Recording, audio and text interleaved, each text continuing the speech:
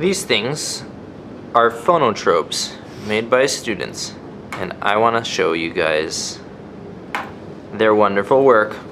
I'll start with my example one, this crazy head dude. I used takeout containers to separate them for storage. Let's go see how it turned out. Just let me show you the setup for a second. I've got an old turntable. I've got some fill lights just to make the sides look good while the lighting is off. And I've got this funny, very strong halogen lamp that almost caused a fire one time. But I've got it attached to this old dock cam and I've duct taped it on. And that way I can adjust its proximity to the phonotrope. I've also got a camera on a tripod, and that's all you need. Got my phonotrope here, gonna lay it down on the turntable. Phonotrope's on the turntable. We are going to start the turntable, spinning, turn our light on, and create the illusion of life on the screen. So the settings for this, you need the camcorder or camera to be recording at 24 frames per second. Your turntable spins at 45 RPM, and you need a bright light, and you need to experiment with the size of that light, the proximity of that light, in order to make the shutter speed up. I've read around 1/1000th of a second, but with this auto metering, I don't think it's exact. Experiment! Okay, so let's see how they all look. Starting with this example one. Record.